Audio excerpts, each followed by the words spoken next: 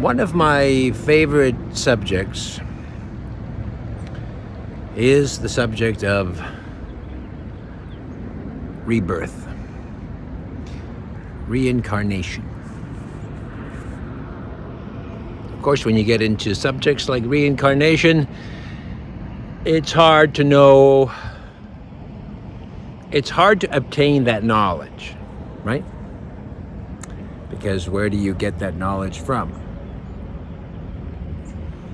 So that's why not many people talk about it, or they rely on old texts, old documents, old biblical scriptures. I'm different because I am a shaman. I may not look like a shaman, I may not have the accent of a shaman, but that's what I've studied. And I started studying, maybe I should give you a bit of a background on my studies. My studies are quite extensive. And I've talked about some of the work I've done, with Stellans.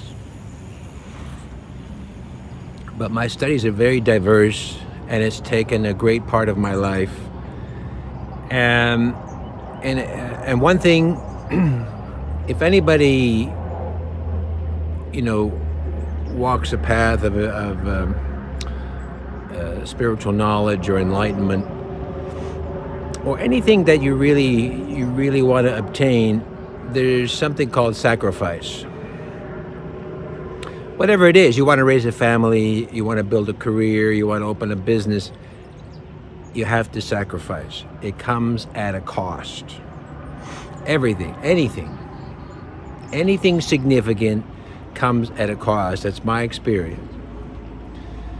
So when I started walking this path, the spiritual path, it was never by choice. It was not one day I said, hey, I want to throw away everything to gain spiritual knowledge. But things happened in my life that said, this is the way you should go. This is your path. This is your dharma. And once you understand yourself, you have to understand yourself.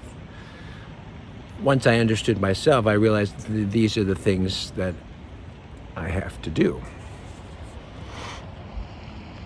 And they came at great cost, huge cost. Cost that no rational, normal person would consider, right?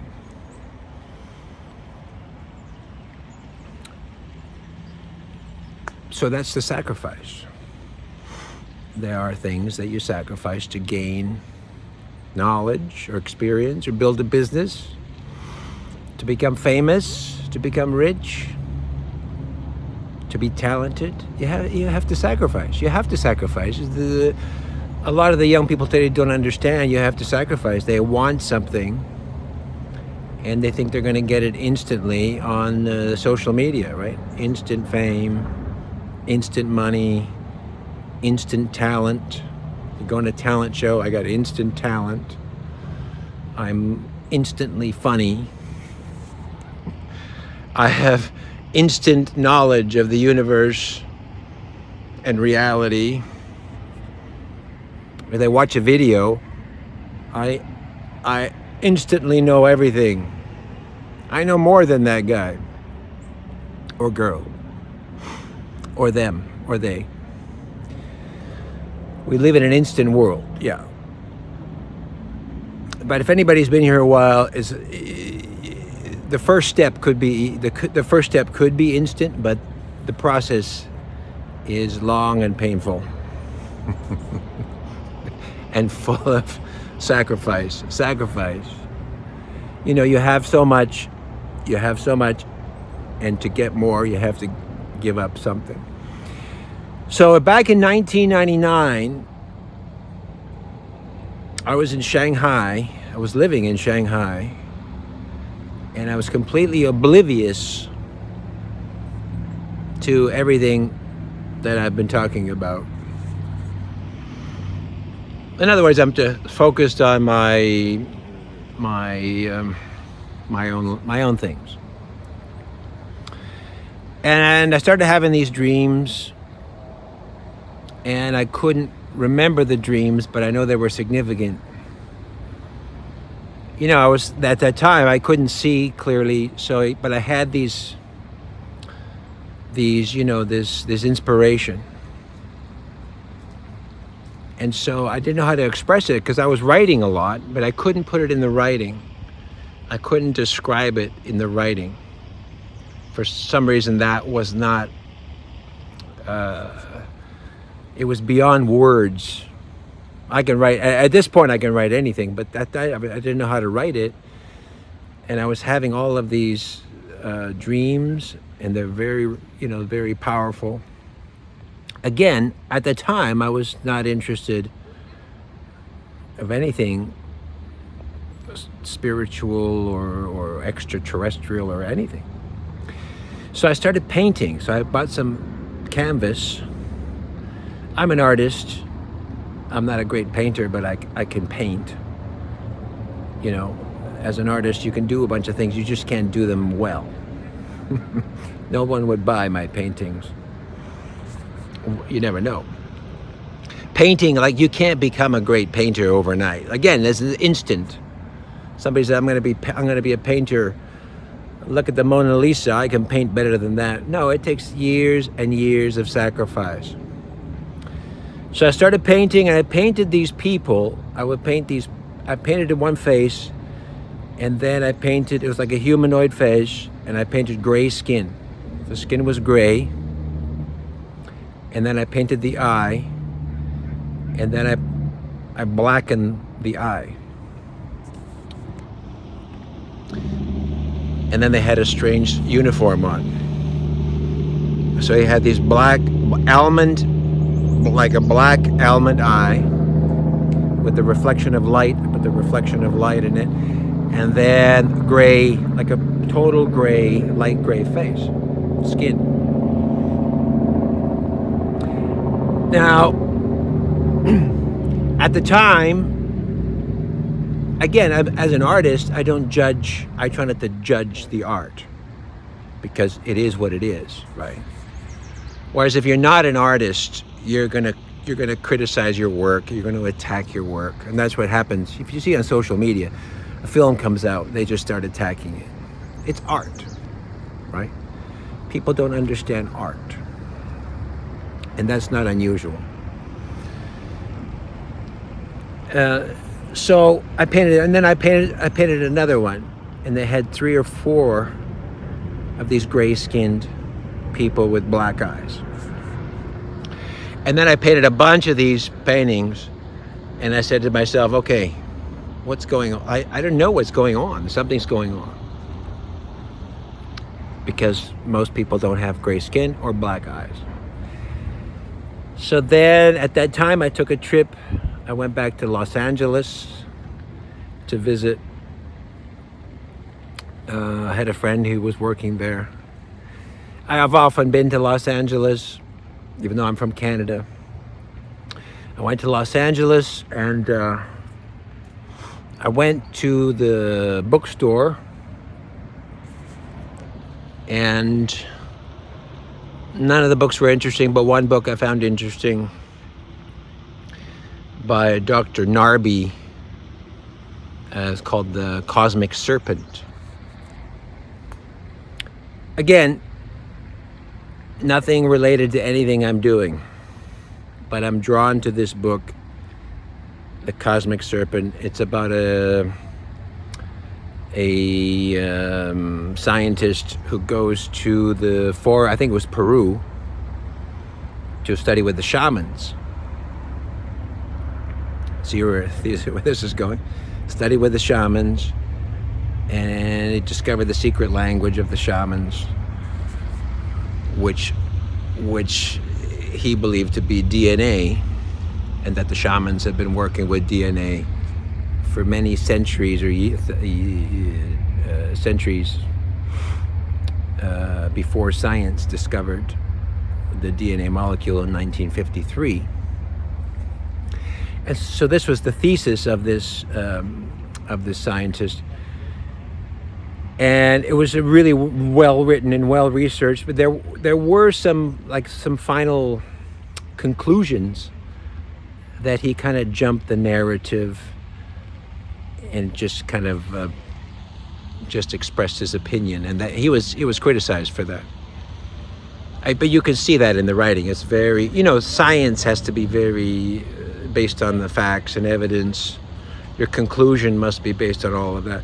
And there were a couple of points where he kind of jumped the facts and the conclusion. Right, he made his own conclusion in a way. But the conclusion, what he said, was amazing. Anyway, I picked up that book on my last day, and I started reading it at the airport, waiting for the plane. And I kept reading it. I got on the plane, I sat in my seat, and I kept reading that book. I didn't pay attention to anything. I put the seatbelt on and I just read that book. When they brought me food, I ate it, and I was still reading that book. And the flight was 15 hours. I read that book for 15 hours straight. And I don't like to read, especially for that period of time. I read that book straight, 15 hours. I found it so interesting and relevant, and it connected to something deep inside of me. I landed, I was still reading the book, and I got in a taxi back home. I was finishing the book. And I think I had a little bit more when I got home. I had to finish the book. I've never had that experience before. So, for 20 hours I read this book. And I didn't just read it, I was studying it. Because there's a lot of information. There's information you can understand from the research. And that began the process of understanding DNA and learning shamanism and the connection to nature. That was my awakening process. And from there, things evolved. And I started to have more powerful dreams and teachings. That was the beginning. Now, all of that I did outside of whatever I was doing with my life. That was kind of all of my free time was spent on that, with those studies, studying it, researching it, going into nature, going to the trees, meditation, all of this stuff. That's when it began. And then it evolved, and it became even more when I came back to Canada. I moved back to Canada. That's when I had the visits from the elves who live inside the earth, and that's when I had the contact with the star people. It was a beginning process, and then it just kind of steamrolled. So, going on my instincts, I went on my instincts and I followed the path, and I took painstaking step by step, researching, understanding, learning, and then it just increased. So that personally said to me that I did follow the right path, even though it didn't make a lot of sense. Back then. So you think 1999, there's no social media, there's no YouTube, there's no iPhone, right? The phones are flip phones. There's no mass information. There's no mass communication. So that was the beginning. And then in 2005, 2006, 2007 is when social media kind of just started and took off. Twitter, what was originally called Twitter, and then there's YouTube, and the iPhone came out in 2007. Right, you had YouTube 2005, Twitter 2006, iPhone 2007. There's a huge, MySpace was before that, but there was this huge explosion of technology. And so there's information, more information. And now you can find this stuff more and more online, more and more people talking about it. But I've been talking, so in 2006, 2007, I started talking online. And there's no audience. But I've continued, I'm still here. So the knowledge I've gained over that time is where I get, when I say something, when I speak about rebirth, it's because now at this level, after 25 years of shamanism, which shamanism, is you get to connect with the other dimensions and beings in other dimensions and knowledge from other dimensions. And so that's where you get the knowledge from. Some people have to read a book, yeah. But you can only get so much knowledge. I'm going to get some light here. You can only get so much knowledge from a book. So, let's try this way. How's that?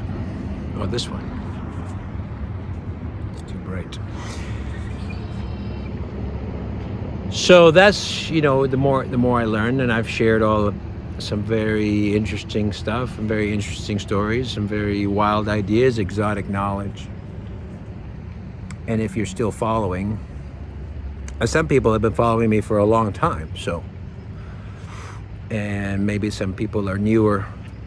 The issue is always, especially for me, we have a very small audience. And I'm okay with that. But the issue is, if you don't understand it, or if you're not ready, right, we can get into, I try not to get into that kind of discussion, because I think it's kind of, it can get into the mumbo jumbo. When you're ready, the teacher will appear. But it is true. If you're not ready to talk about rebirth, you're not going to understand someone talking about rebirth or life after death or incarnation. So the other issue was 25 years ago, very few people were interested in that stuff. Or if they were interested, they were in some kind of, religious system or spiritual system. And what's happened now with the advent of information is that people are expanding outside of their religious beliefs. Their spiritual systems no longer can answer all their questions. And some people they've ascended beyond, Scripture. They've ascended higher than their priests, and so they've got some very wacky questions, right? And so now we're getting to that point where there's an audience. Before there was no audience, because the Scriptures had all the knowledge. You're right. The spiritual system had all the answers, and people believed it. It's finite. It's written on stone. That's it. And now because people now have waking up, they're spiritually awakening. They're realizing, wait a minute, whatever there is very limited, and there's a whole bunch of other stuff, right? Like you go into the computer-generated reality. Well, which spiritual system is talking about that? So when it comes to rebirth, it's hard to get that knowledge. So I get my knowledge from my own sources and research and understanding. Is it perfect? No. It's never perfect. If you want perfection, go to the person who says, I am perfect. I'm not perfect. I've got my problems. I'm happy to have problems. I'm happy to not be perfect and to have problems, because that keeps me rooted in reality. That keeps me rooted in the real world. Anybody who has all the answers, I stay away from those people. I have all the answers. Thank you. Thank you. The scriptures are over there. So, rebirth is interesting because when you get to a certain level of your understanding of yourself and why you're here, it's sort of how the system works. You understand that the goal, and this is my approach, the goal is to end the cycle of rebirth.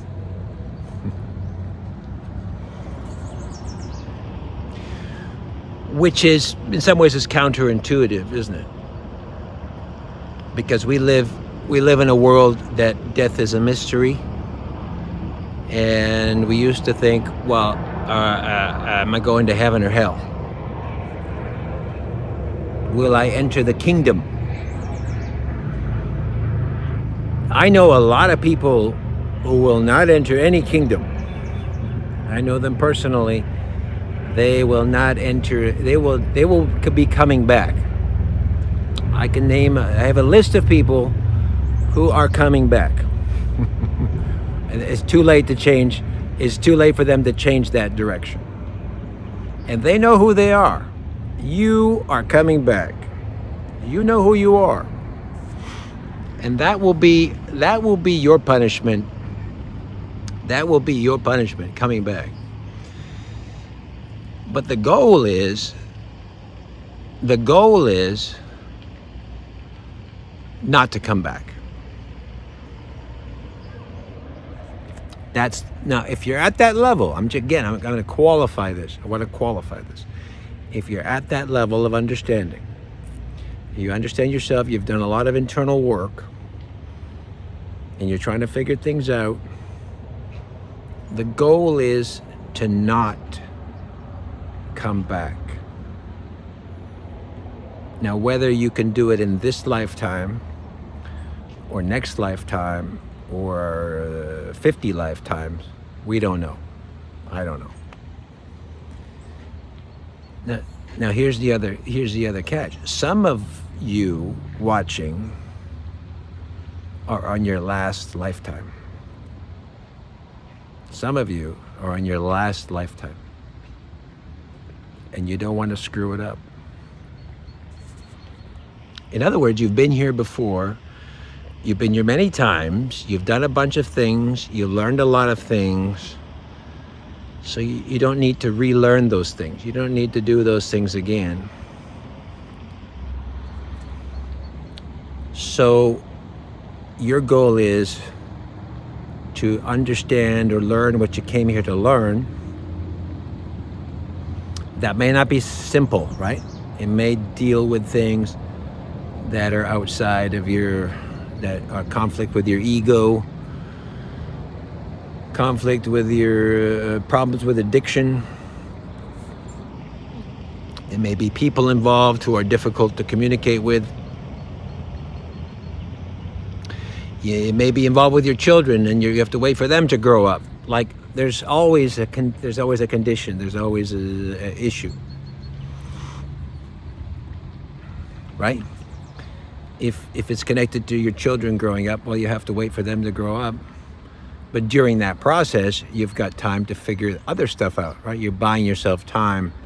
Okay, they're going to be growing for 10 years. Okay, I will do this for 10 years. When they've reached this level of maturity,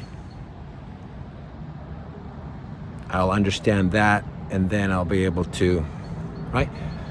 So it's all, everything is kind of, it goes back to what I've said before, the incarnation agreements.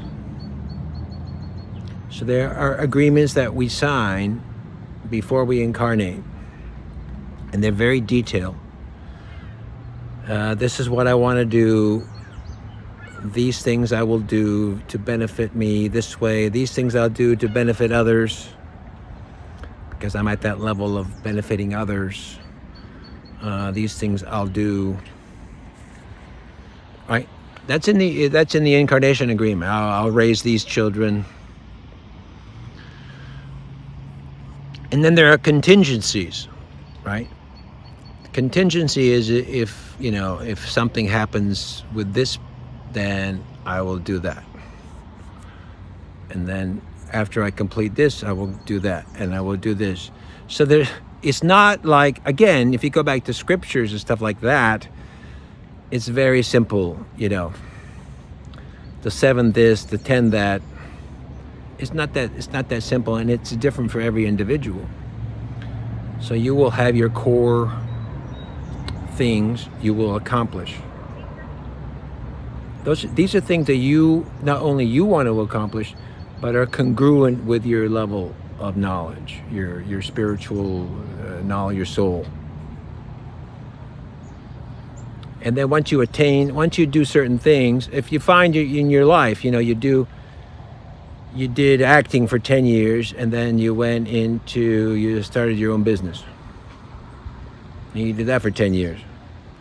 And then all of a sudden you're doing something else. You're producing. Or you run a theater for 5 years. Or you go back to work. Or you become a housewife. Like whatever it is. Life is always, it goes in these cycles, right? If you're on your last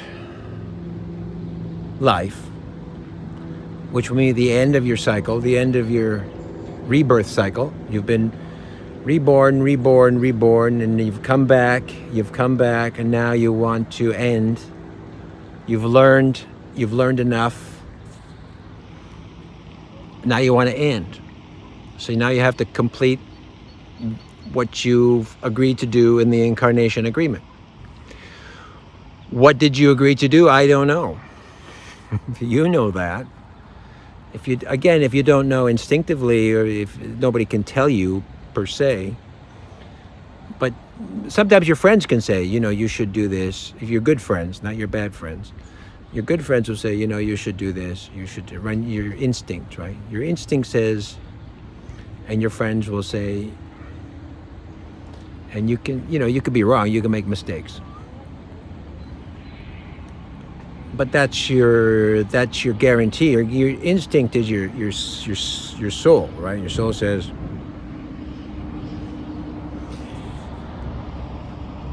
now, once you complete those things, right? When you complete those things, you work with certain people. Sometimes you work with certain people and they teach you something. Maybe it's only for a few months. And that takes you to the next level. Or maybe it's a few years, right? So you have to understand who to work with. You have to understand who you are, where you're going, on a spiritual level. In terms of your career goals and financial, that's not usually what I talk about. But you have to take care of that too. Is this going to be a profitable venture? Is this one a charitable venture? When you get older, you spend more time on charity. When you're younger, you spend more time on yourself, right? You're narcissistic. It's all about me when you're younger. And when you get older, it's less about you, it's more about helping others, it's more about charity. Because you become more spiritual and because you've accomplished a lot of the stuff. Again, a lot of young people are not going to be interested in the rebirth cycle because they're very selfish. And there's not a lot of charity you can do, but if you don't have a career, or you don't have any skills, you don't have any money, you don't have a job. So that's your first step. Get a job, learn how to work, learn how to manage your money. Then you can help people. Learn, study. So the goal of the rebirth cycle is to end the rebirth cycle. Now some of you are on that last rebirth.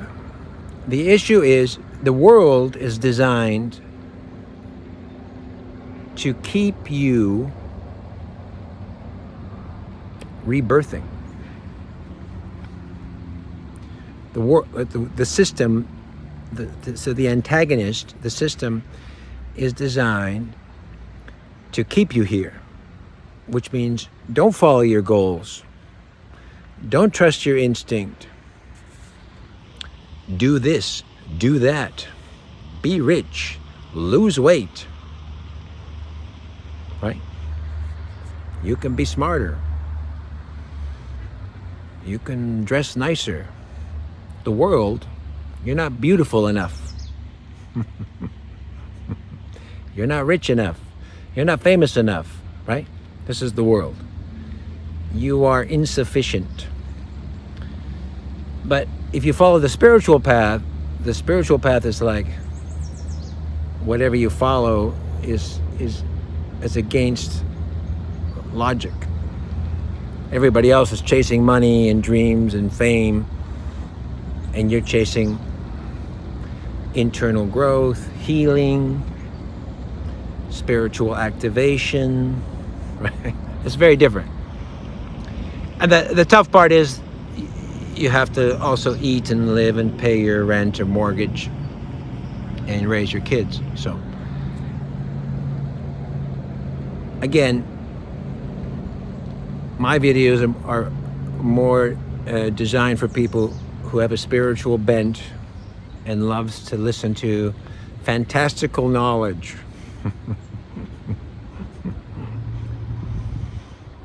And it's very personal. Your spiritual path is very personal. So you're trying to accomplish something in a world that doesn't want you to do it, because the world wants you to come back, right? And that's why you get all these addictions, because that's the distraction. The distraction. You're dealing with the recovery. You're dealing with rehab.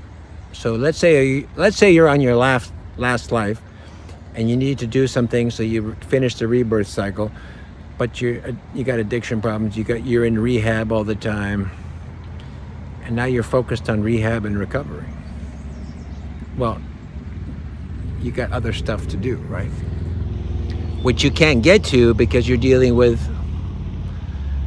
these other things, right?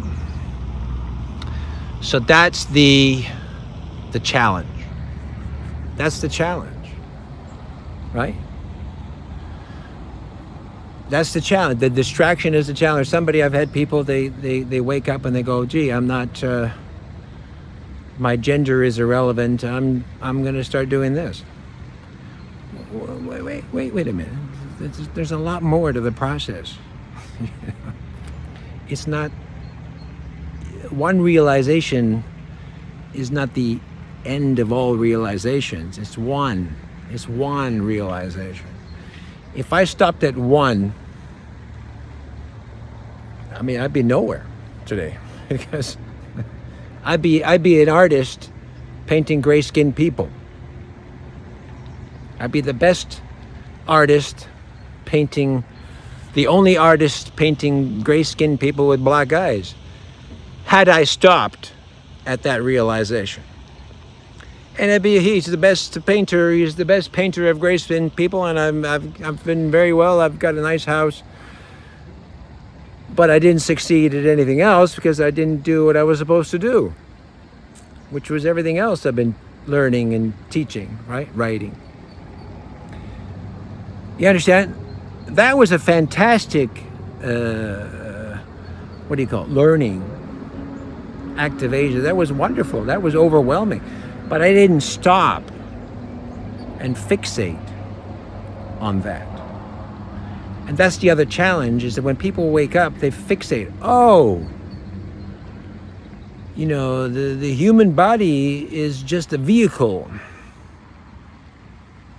Yeah, no. I should only work with people I love because it's all about love. No, don't fixate. Do not fixate.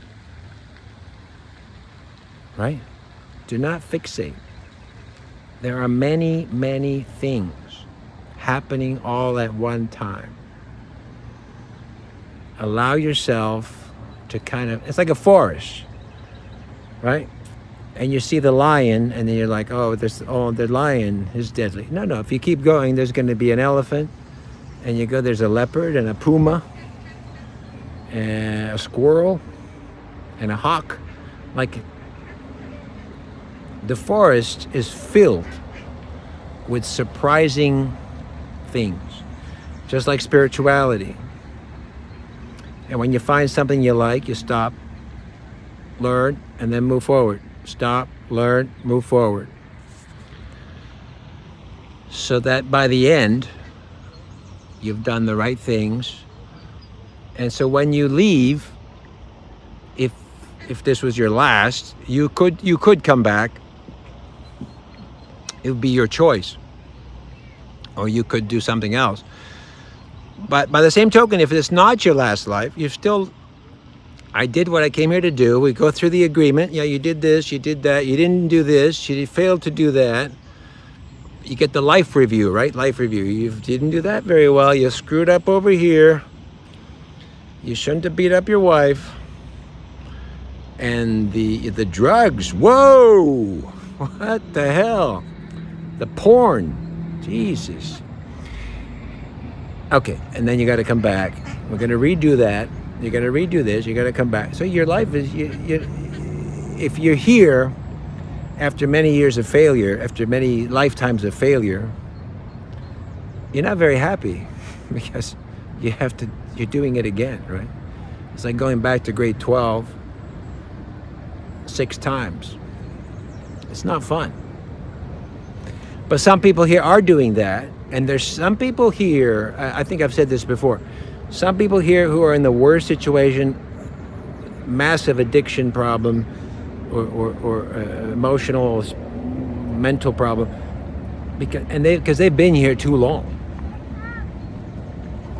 That's the problem, because they've bought into the system, they were distracted, and they keep coming back.